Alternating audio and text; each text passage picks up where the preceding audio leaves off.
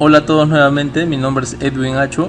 Vamos a continuar el segmento de endocrinología con el estudio de los temas de hormona de crecimiento y prolactina.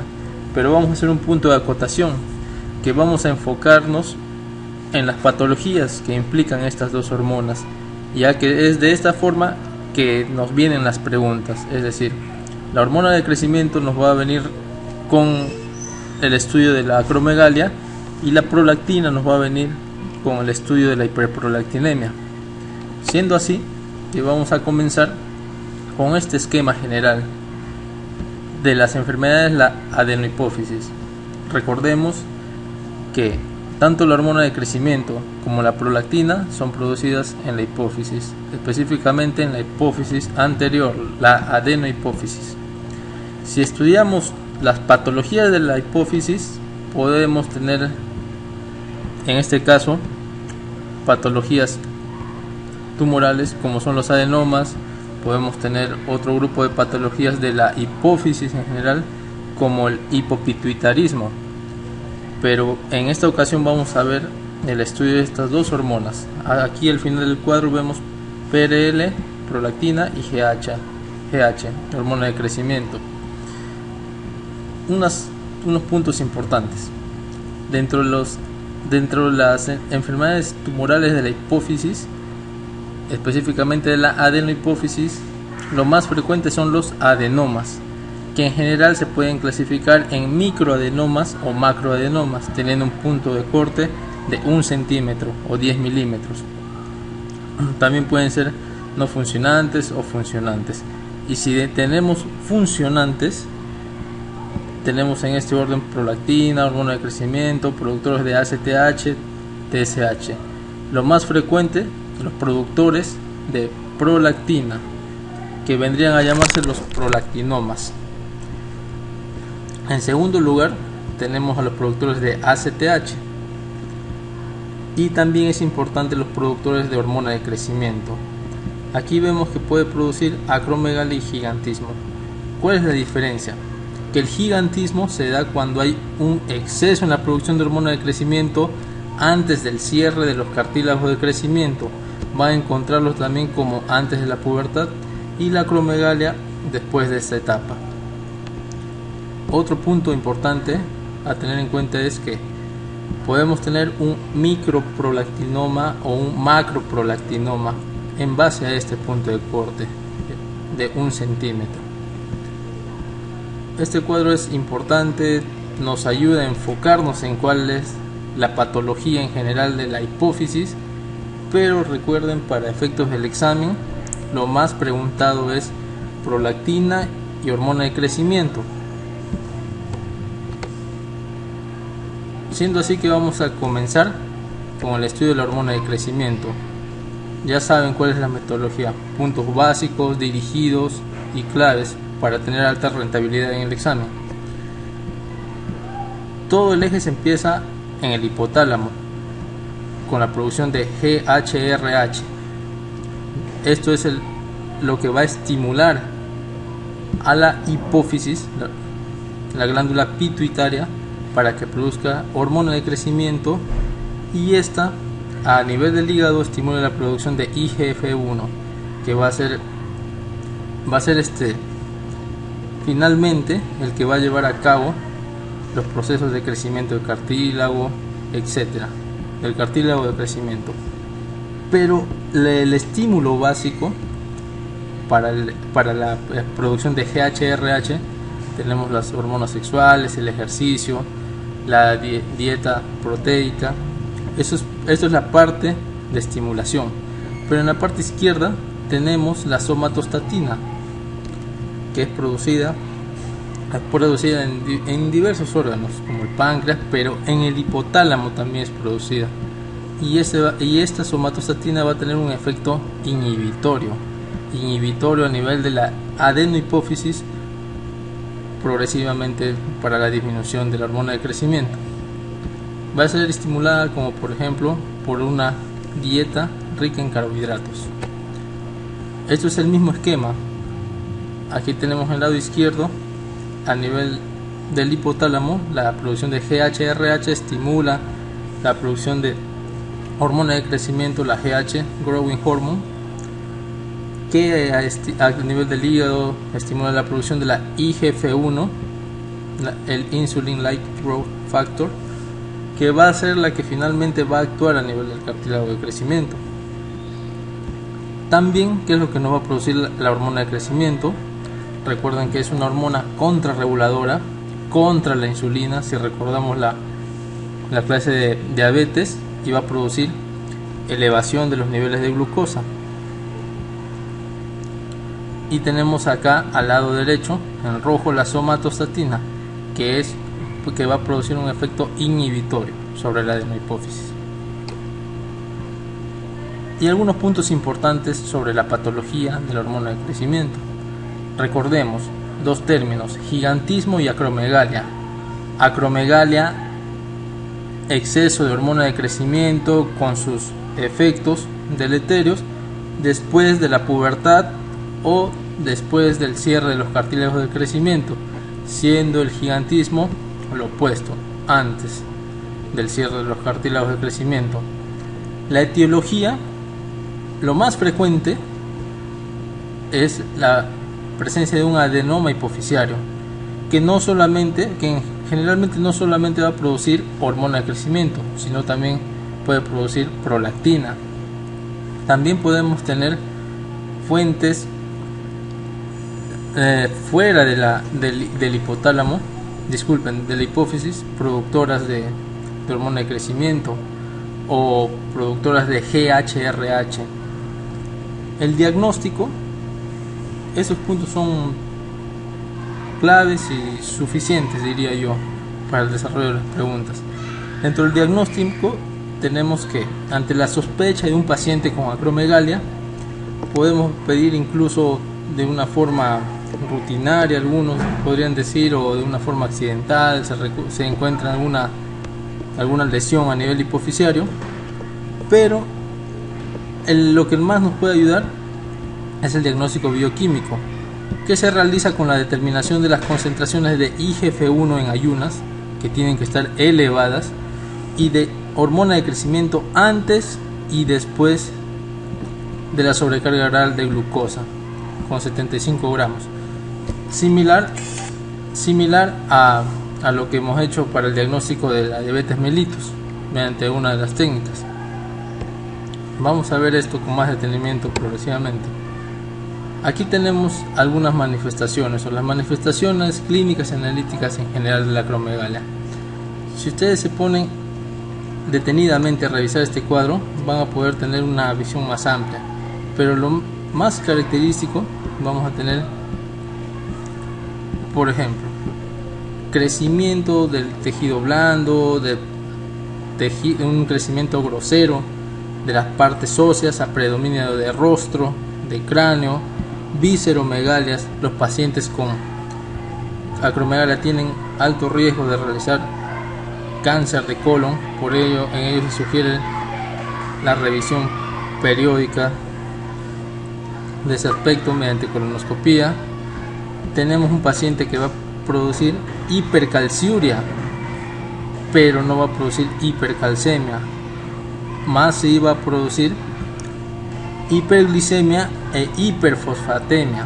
Recuerden, no produce hipercalcemia, produce hipercalciuria, produce hiperfosfatemia, hiperglicemia. Aquí vemos en las manifestaciones metabólicas, ¿no? Diabetes mellitus, resistencia a la insulina. Tenemos efectos por compresión.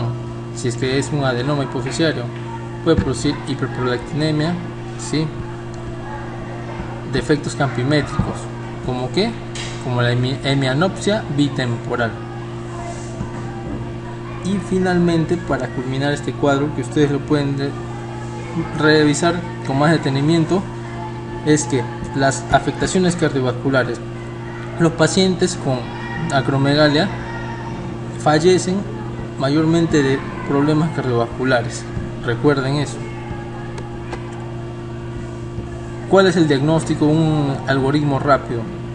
Hemos recordado hace un momento cuál es la fisiología de la hormona de crecimiento. Elevación de la hormona de crecimiento, esta va a nivel hepático a producir IGF-1 vamos a tener un paciente con clínica de acromegalia. Vamos a ver si el IGF-1 es normal para edad y sexo, se descarta acromegalia. Si tenemos un paciente con IGF-1 elevado, pasamos a hacer una sobrecarga oral de glucosa con 75 gramos de glucosa, y si se suprime, se descarta acromegalia. Si no hay supresión, porque es decir, eleva la glucosa, debería disminuir la producción de hormona de crecimiento. Recuerdan que la dieta rica en carbohidratos disminuye la producción de carbohidratos, de hormona de crecimiento. Si es que no hay supresión, tras el estímulo glucídico, se pasa a un estudio de imágenes, una resonancia magnética, que sería lo adecuado, hipofisiaria. Si se observa una masa, se diagnostica un adenoma hipofisiario, secretor de hormona de crecimiento. Y si vemos una hipófisis normal, hiperplásica, pequeña, tenemos que ver otras fuentes que estimulen a la hormona de crecimiento, es decir, otras fuentes de GHRH. Y se toma una tomografía de tórax para ver si hay algún cáncer de pulmón, de abdomen, y se puede llegar al diagnóstico de una acromegalia hipofisiaria. Otro punto importante, recuerden que toda acromegalia se trata. Puede tener un tratamiento quirúrgico, que puede ser una cirugía transesfenoidal, puede tener un tratamiento mediante radioterapia o mediante medicamentos básicamente, que recuerden lo que les he dicho, que no solamente se acompaña, en la mayoría de casos se acompaña también de producción de prolactina. Por lo tanto, hay que utilizar medicamentos dirigidos a la disminución de los niveles de prolactina. Ahora vamos a ver la segunda patología, que es la hiperprolactinemia. La hiperprolactinemia es necesario también estudiarla mediante la fisiología de cómo es la producción de la prolactina. Todo comienza al igual en el hipotálamo, que a nivel del hipotálamo va a haber factores estimuladores. Principal, TRH. También puede estimular el bipéptido intestinal vasoactivo, los antagonistas de receptores dopaminérgicos, también la succión en la lactancia, el estrés, el ejercicio, el sueño, la serotonina, la actividad sexual, la hormona de crecimiento. Estos son factores estimuladores de prolactina. Sin embargo, normalmente la prolactina tiene un control inhibitorio, es decir, para más inhibida que estimulada, y esta inhibición la da la dopamina, que también la inhibición puede ser estimulada por niveles elevados de estrógenos y progesterona. Todo esto va a concurrir a nivel de la hipófisis, adenohipófisis. En el año 1970 se determinó la prolactina, y característicamente a nivel del tejido mamario produce producción de leche y galactorrea, etc. Causas de hiperprolactinemia fisiológicas: el coito, el ejercicio, el embarazo. El embarazo es la primera causa de hiperprolactinemia fisiológica. Las farmacológicas son la primera causa de hiperprolactinemia en general. Dentro de los fármacos tenemos un fármaco muy utilizado, que es la metoclopramida. Recuerden eso, la metoclopramida. Primera causa de hiperprolactinemia fisiológica, el embarazo. Primera causa de hiperprolactinemia en general, los fármacos. Dentro de las patologías, recuerden, esto es importante. Nosotros tenemos el hipotálamo encima, por debajo tenemos a la hipófisis. Si es que hay una lesión en el tallo hipofisiario, es decir, el tallo que une el hipotálamo con la hipófisis, supongamos se corta, ya no va a haber ese control inhibitorio normal de la dopamina, y la prolactina va a empezar a producirse en niveles excesivos. Pero si yo tengo destrucción, recuerden, de la hipófisis, ya no voy a tener también producción de prolactina. ¿Por qué esto es importante? Porque van a haber preguntas que nos van a hablar de lesión de hipotálamo, lesión de hipófisis, nos van a hablar de lesiones de sección del tallo hipofisiario y nos van a hablar del síndrome de Sheehan. Para culminar este punto, ¿cuáles son las lesiones que nos pueden producir hiperprolactinemia? Lesión del tallo hipofisiario. Si es que yo lesiono el tallo hipofisiario, corto el conducto mediante el cual pasa la dopamina, ya no va a haber efecto inhibitorio, ¿no? Y se va a empezar a producir la prolactina. Si es que yo tengo lesión de la hipófisis, como el síndrome de Sheehan, ya no va a haber células mamótropas o lactótropas, como lo llaman, que no van a producir prolactina. Manifestaciones clínicas de los prolactinomas propios de la hiperprolactinemia: amenorrea, oligomenorrea, galactorrea, infertilidad, disminución de la libido, impotencia, osteoporosis, apoplejía hipofisial también. Pero dentro de los efectos de masa tenemos la cefalea, hemianopsia bitemporal, todos síntomas compresivos básicamente, ¿no? Y aquí tenemos el tratamiento de la hiperprolactinemia relacionada con el prolactinoma. Recordemos que una de las formas en la cual nos van a hacer las preguntas es básicamente el tratamiento, y esto es importante tener en cuenta. El tratamiento va a ser en base a si es un macroprolactinoma o un microprolactinoma. En general, recuerden, los adenomas hipofisiarios son macroadenomas o microadenomas, punto de corte 1 centímetro, macroprolactinoma mayor de 1 centímetro, y siempre se trata, ya sea con un tratamiento médico, quirúrgico, como vamos a ver. Y el tratamiento médico es el tratamiento de elección, tanto para los macroprolactinomas o los microprolactinomas. Entonces, tratamiento médico de elección para ambos. El macroprolactinoma siempre se trata. Si tienen una pregunta de examen con macroprolactinoma, recuerden que se trata siempre, punto de corte mayor de 1 centímetro. Y los microprolactinomas se tratan si presentan síntomas molestos, hay alto riesgo de osteoporosis y si hay deseo gestacional. Estos 3 puntos son importantes para el tratamiento de un microprolactinoma. Si no, ¿qué se hace? Revisión periódica con control de niveles de prolactina y observación. Pero ¿cuándo se procede a la cirugía? Si es que ya hay complicaciones. Acá les he puesto dos puntos básicos que nos puede venir, pero hay muchas más indicaciones de cirugía. Pero si el paciente presenta trastornos visuales, recuerden esto característico: paciente con hemianopsia bitemporal, es decir, compresión del quiasma óptico, procede cirugía. Si el paciente o la paciente, porque puede ser un hombre, puede ser hombre o mujer, y presenta intolerancia al tratamiento, una opción es la cirugía. Recuerden eso. Ahora vamos a pasar a la ronda de preguntas y nos vamos a detener a ver cada clave para recordar la teoría, así como también para incrementar la teoría. En relación a la hiperprolactinemia, señalar la opción correcta. La causa más frecuente es la medicamentosa.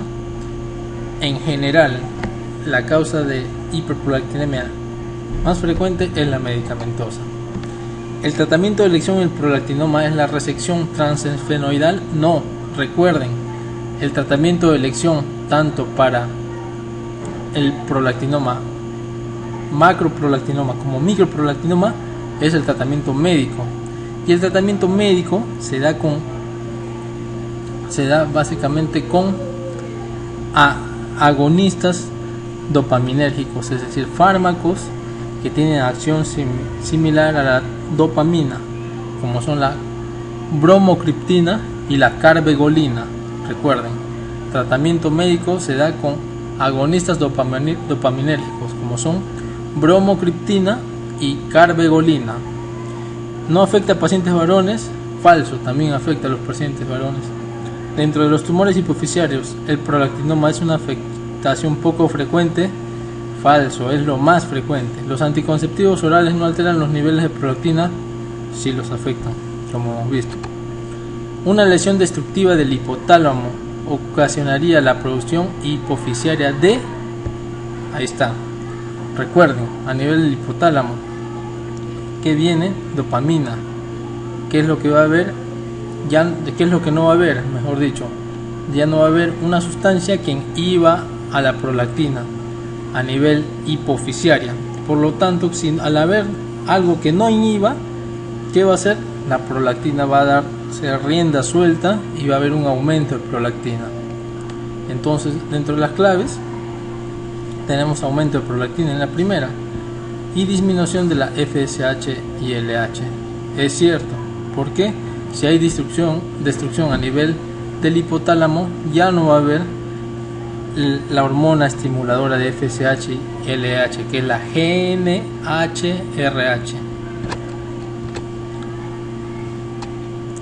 La interrupción del tallo hipoficiario, ya sea por compresión o por sección del mismo, produce una alteración de la secreción de hormonas pituitarias y de la neurohipófisis.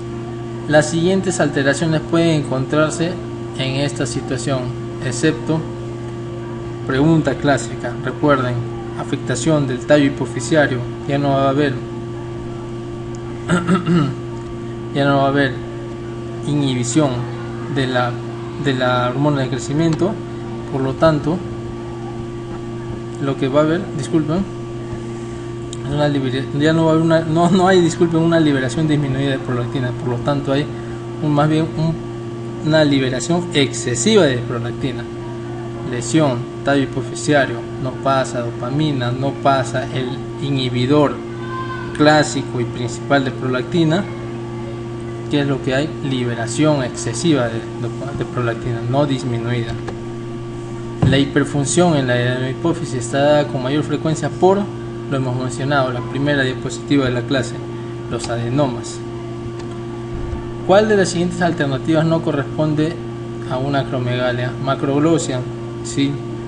Aumento del volumen de las manos, sí. Prognatismo, sí. ¿Por qué? Principal afectación ósea a nivel de cara y cráneo. Crecimiento longitudinal de los pies. En acromegalia no es lo común. En un gigantismo, sí. Hipertelorismo. El hipertelorismo es el aumento de la distancia entre dos órganos gemelos, por ejemplo, los ojos. Pacientes con aumento de la distancia entre los ojos por una condición congénita como el síndrome de DiGeorge, eso no es propio de la acromegalia. El medicamento de elección para el tratamiento del microadenoma hipoficiario es no solamente para el microadenoma, sino recordemos que el tratamiento en general, el principal tratamiento tanto para los macroprolactinomas como para los microprolactinomas es el medicamentoso. Y tenemos medicamentos a utilizar como los agonistas de dopamina, fármacos que actúan de forma similar a la dopamina, es decir, inhibiendo la producción hipoficiaria de prolactina. Y tenemos los dos principales, que son la bromocriptina y la carbegolina.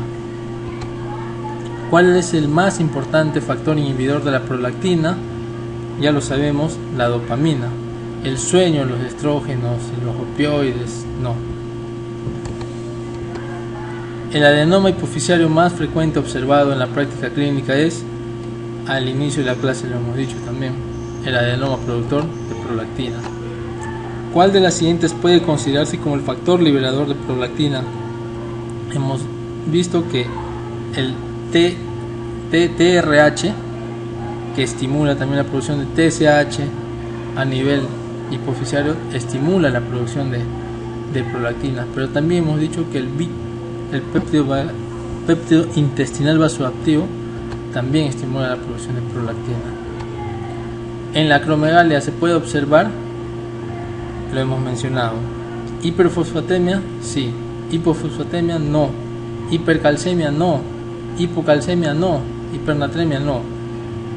Algo básico, acromegalia, hiperfosfatemia, sí, hipercalcemia, no, hipercalciuria, sí.